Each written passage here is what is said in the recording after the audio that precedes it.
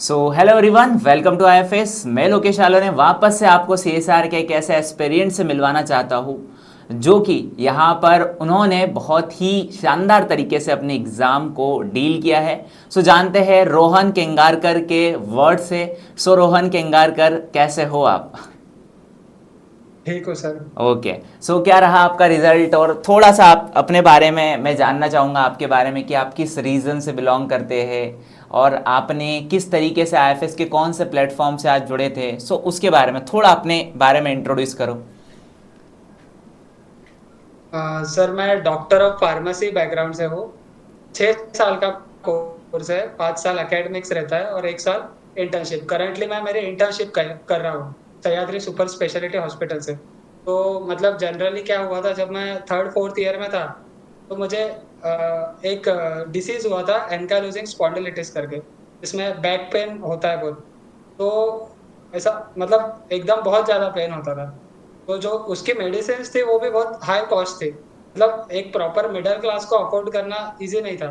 तो वहां से मेरा रिसर्च इंटरेस्ट बढ़ा कि ऐसे मेडिसिन डेवलप करने जो कॉस्ट इफेक्टिव भी रहे और सब अफोर्ड कर पाए। तो वहां से इंटरेस्ट का रिसर्च इंटरेस्ट डेवलप हुआ।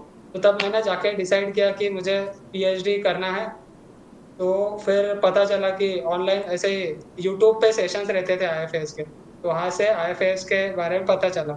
तो फिफ्थ ईयर में मैंने एनरोल किया ऑनलाइन बैच में। तो वहां से प्रिपरेशन स्टार्ट की और मतलब मेरा CSR नेट LS हुआ है, रैंक 119 है और मेरा रॉ स्कोर 90 है। चलो बहुत बढ़िया। सो आपने ऑनलाइन बेस लिया था तो फिर आपने वो सारी चीज़ें तो अपने घर से ही करी थी। तो कैसे आपने अपना इन्वायरमेंट यस सेटअप किया था?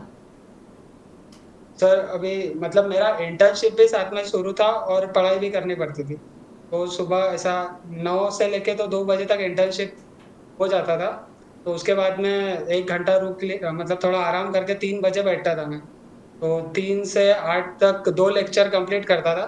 फिर खाना खा के वही दिन के MCQs और थ्योरी पढ़ लेता था, क्योंकि ज़्यादा टाइम तो था नहीं, इंटर्नशिप और ये दोनों मैनेज करना था। और फिर संडेज को मोस्टली संडेज को टेस्ट देना और जितने MCQ हो सकते हैं जो भी वीक में हुआ है वो सब एक बार रिवाइज करता था और ट्राई करता था कि मंथ में एक बार तो मैं वो चैप्टर रिवाइज कर लूँ जो मैंने स्टार्टिंग से पढ़ा है। तो ऐसा मैनेज करके किया है सर। सो आपने आपको वैसे लेक्चर देखने के बाद में समथिंग समथिंग हमारे टू मतलब 2.5 घंटे का समथिंग कुछ लेक्चर होता है, ढाई 2.5 से 3 घंटे हाँ का। सर। तो टोटल ये सारे लेक्चर देखने के बाद में टाइम बचता था कि आप रिटर्न नोट्स कर पाओ? सर रिटर्न नोट्स मैं टाइम ही नहीं था तो मैंने रिटर्न नोट्स नहीं किया। जो है मतलब पढ़ा और सीधा सॉल्व किया, क्योंकि सॉल्विंग तो जरूरी है सर। अगर नोट्स बनाते बैठा था तो सॉल्विंग को टाइम नहीं मिलता था। हाँ, वो भी है। सो पर मुझे ज़्यादा लगता हाँ। भी है कि चलो अगर एक हमारे बैकअप के लिए नोट्स भी बनाना बहुत ज़रूरी है। So yes sir. हाँ, कि हमारे पास एक बैकअप होता है, जैसे कि फॉर एग्जांपल अगर हमारा CSR JRF भी क्वालिफाई हो जाए तो हम पीएचडी के अंदर इनरोल तो कर लेंगे, बट पीएचडी करते करते अगर कभी हाँ। हमारे पास थोड़ा बहुत भी समय बचता है तो हम अपने नॉलेज को आगे डिस्ट्रीब्यूट कर सकते हैं। Yes sir. सो सर अभी नोट्स तो नहीं हुआ, बट जो मेरे क्वेश्चंस रॉन्ग होते थे तो वो कंसेप्ट मैं एक बुक में लिख लेता था। मतलब जो भी दिन मेरा जो भी क्वेश्चन रॉन्ग हुआ या संडे के टेस्ट में जो भी रॉन्ग हुआ तो मैंने एक बुक बनाई है जो क्वेश्चन रॉन्ग हुए उनके लिए सेपरेट, और उनके कंसेप्ट मैं पूरे लिख के निकालता था। और कोई एग्ज़ाम आपने दी हो इस जर्नी में? गेट गेट भी क्वालिफाई हुआ सर। चलो बहुत बढ़िया, आपने गेट क्वालिफाई किया है, नेट क्वालिफाई किया है। वैसे आप महाराष्ट्र रीजन से ही हो? Yes sir, Maharashtra Pune. अच्छा अच्छा, तो फिर आपने MS सेट वगैरह एग्ज़ाम नहीं दी कभी? नहीं सर, मतलब रिसर्च ही मेन इंटरेस्ट है। अच्छा अच्छा, हाँ, अ, सही है फिर तो। और और हमारा जो कोर्स है डॉक्टर ऑफ फार्मेसी, हाँ हाँ। तो उसका लेक्चरशिप का इतना मतलब सो बहुत बड़ी बात अभी होती है कि स्कोप नहीं। आप उस बैकग्राउंड से हो, पूरा मेडिकल फील्ड से, एंड देन फिर आपका CSR के लिए बायोकेमिस्ट्री पढ़ना, मॉलिकुलर बायोलॉजी पढ़ना, ये थोड़ा सा बहुत डिफ़िकल्ट हो जाता है। और सबसे पहली बात तो मुझे ऐसा लगता है कि घर के इन्वायरमेंट में पढ़ना वो तो सबसे ज़्यादा मुश्किल होता है। Yes sir. सो क्या रहा आपका कि एक्सपीरियंस जब आपने ऑफ ऑनलाइन की जितने क्लासेस देखी है, कौन सा टॉपिक जो कि आपको बहुत अच्छा लगा? सर टॉपिक सबसे अच्छा तो बायोकेमिस्ट्री, मतलब हमारा जो फर्स्ट ईयर में हमको बायोकेमिस्ट्री था, बट तब तो इतना कुछ समझा नहीं था। पर जब मैंने ऑनलाइन बैच में प्रॉपर केसी सर से सब सीखा, तो तभी प्रॉपरली बायोकेमिस्ट्री क्या होता है वो समझा। तब तक तो इतना कुछ नॉलेज नहीं था।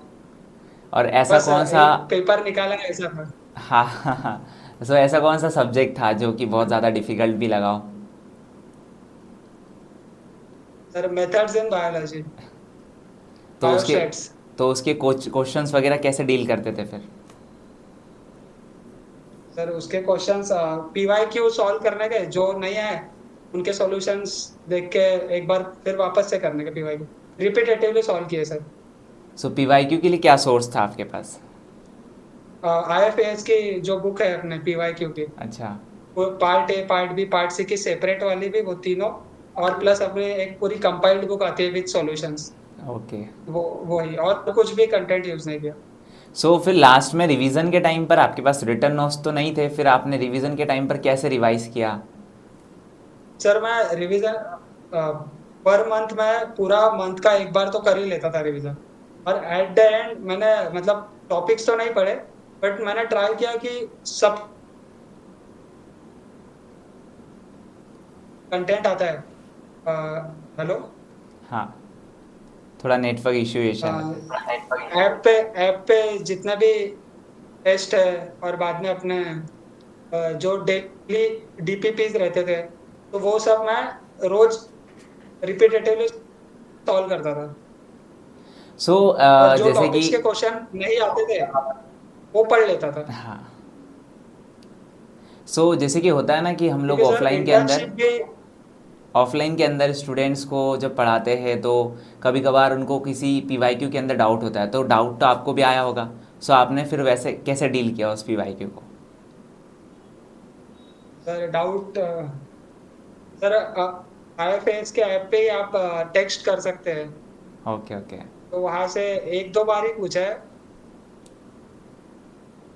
कैसा रहा आपका और तो एक्सपीरियंसेस कुछ है नहीं। टीचर्स के साथ में कम्युनिकेशन, या आपने लाइव क्लासेस कभी अटेम्प करी हो तो? सर लाइव क्लासेस तो अटेंड नहीं हो पाती थी, क्योंकि तब मैं इंटर्नशिप को रहता था हॉस्पिटल में। तो मैं रिकॉर्डेड ही देखता था शाम में आने के बाद। चलो बढ़िया है। सो और बाकी क्या रहा आगे का जर्नी, कि कैसे आपको, एग्ज़ाम तो आपने क्वालिफाई कर ली है, फिर आगे का क्या सोचा है? कि चलो रिसर्च में तो जाना ही सर है, आगे, सो रिसर्च के लिए अप्लाई वगैरह? सर किया है अप्लाई, मतलब 3-4 इंस्टीट्यूट में शॉर्टलिस्ट भी हो। आईआईटी अच्छा। बॉम्बे शॉर्टलिस्ट हुआ हो, आईआईटी रुड़की में भी शॉर्टलिस्ट हुआ है, और वाराणसी में भी शॉर्टलिस्ट हुआ है। चलो बहुत तो बढ़िया, अभी बस कॉन्ग्रेचुलेशन। इंटरव्यू देने हैं। सो इंटरव्यू भी अच्छा ही जाएगा वैसे हाँ हाँ sir.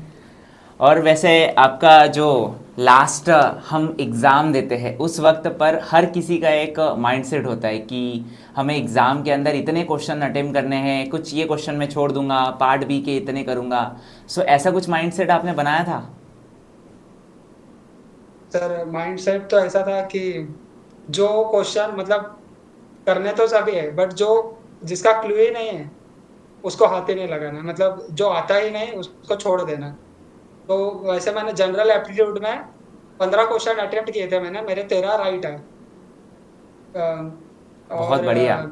Part B part B में 32 के आसपास अटेम्प्ट किए थे, 25 राइट है। और पार्ट सी में थोड़ा कम राइट है, 15 ही क्वेश्चन राइट है पार्ट सी में। तो कुछ स्ट्रैटेजी आप बताना चाहोगे कि ऑनलाइन पढ़ने के बाद भी अगर ये स्ट्रैटेजी अपनाई जाए तो हम बहुत अच्छा स्कोर कर सकते हैं?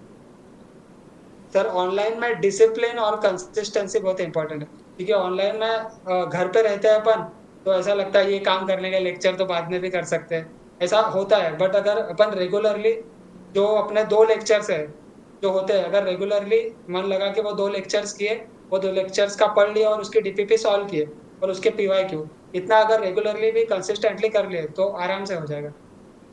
चलो, सो बहुत बढ़िया। So thank you and then once again congratulation आपको। And then thank you for कि आपने हमारे व्यूवर्स के लिए ये सारे वर्ड्स जो आपने कहे हैं, ये कहीं ना कहीं इनके ज़रूर काम आएंगे, और उम्मीद है कि नेक्स्ट जेआरएफ इन्हीं का होगा। सो thank you Rohan, thank you. कि आप लोगों आपने थैंक यू इतना सर। अच्छा गाइड किया, उसके लिए। Thank you sir. ओके।